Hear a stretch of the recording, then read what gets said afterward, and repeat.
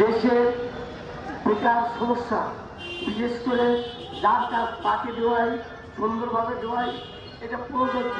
কিন্তু আমরা লক্ষ্য করছি বাংলাদেশের যে জনসংখ্যা অনুপাতে প্রতিটা ইউনিয়ন, প্রতিটা ওয়ার্ডে এবং পৌরসভা, সিটি কর্পোরেশন প্রতিটা ওয়ার্ডে দুজন করে কাজে গেলে কর্মসংস্থানের অনেকগুলো কর্মসংস্থান চলে আসবে।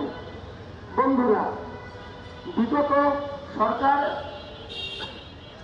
আমি 1991 সালের কথা বলতেছি, ওই সময় দেখা যাচ্ছে যে অনেক কাজে 3টা 4টা ওয়ার্ড করে তারা থাকতো। পরবর্তী এই বর্তমান গভর্নমেন্ট 91 দেশনেত্রী যখন খালেদা জিয়া যখন ক্ষমতা ছিলেন, তখন তার কাছে যখন আমরা আবেদন করলাম যে কর্মসংস্থানের দরকার, এখানে এই যে কাজ আছে দুজনে প্রতিটা ওয়ার্ডে একজন করে কাজই জন্য মনে হয় কর্মসংস্থান বাড়বে আগমনের মাঝে।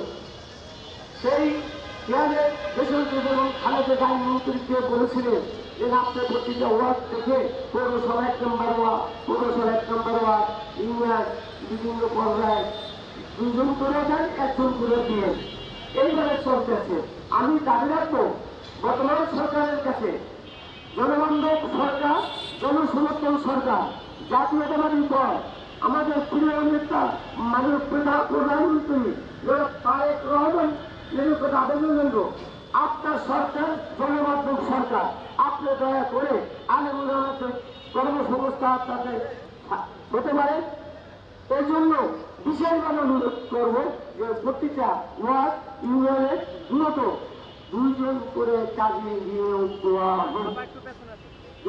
এটা আপনারা চান, সরকারও চায়, কিন্তু আমরা এই জন্য দাবি জানাচ্ছি অন্যথায় যদি কোনো